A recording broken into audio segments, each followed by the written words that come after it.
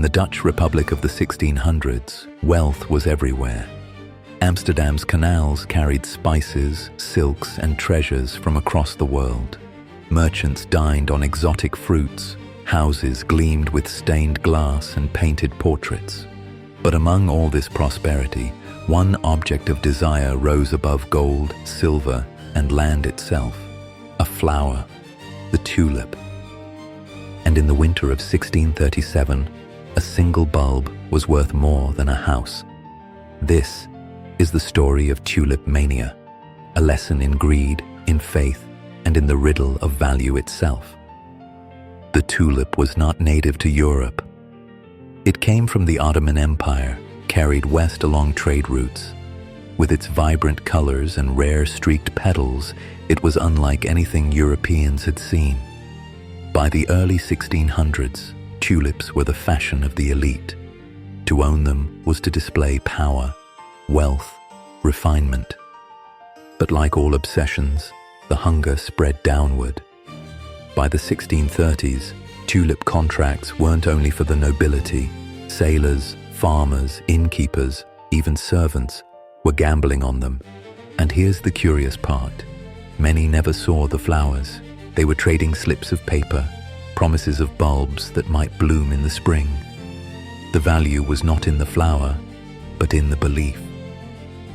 At its peak, a single bulb of the coveted Semper Augustus tulip could fetch the price of a canal house in Amsterdam.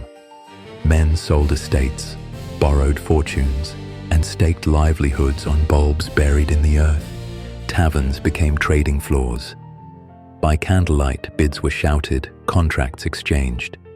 The price of bulbs rose daily, hourly, minute by minute. One contemporary wrote, "The desire to trade tulips spread like the plague, so that everyone sought to buy them, thinking the price could only rise." But here lies the riddle. When everyone believes the value of something can never fall, what happens when someone finally says no? In February 1637, at a routine auction in Haarlem, the room fell silent. A bulb came up for bid, but no one offered a price. It was small at first, hesitation, uncertainty. But panic spreads faster than desire. Prices tumbled. Merchants who had pledged fortunes were left with worthless slips. Contracts turned to dust. Within days, tulip values collapsed to a fraction of their highs. A bulb once worth 5,000 guilders couldn't fetch 50. The great flower frenzy ended as suddenly as it began. Strangely, the Dutch Republic did not collapse with it. The country remained wealthy, its merchants still powerful. The world moved on, but the story of Tulip Mania remained, told and retold as a warning. Some historians argue it wasn't as destructive as legend claims, that only a small group lost fortunes, while most simply walked away, embarrassed. Others see it as the first speculative bubble in recorded history, a parable that echoes through centuries, from the South Sea bubble to the dot-com crash, and yes, to crypto-manias of today. And here is where I must ask, what is value? Is it beauty in a petal, trust in a ledger, or belief in tomorrow's promise? Speculators point at XRP and whisper, it's just another tulip. But tulips could not move money across oceans in seconds. Tulips could not bridge currencies or settle debts. Tulips could not change the rails of global finance. The tulip was a flower to be admired. XRP is a river to be crossed.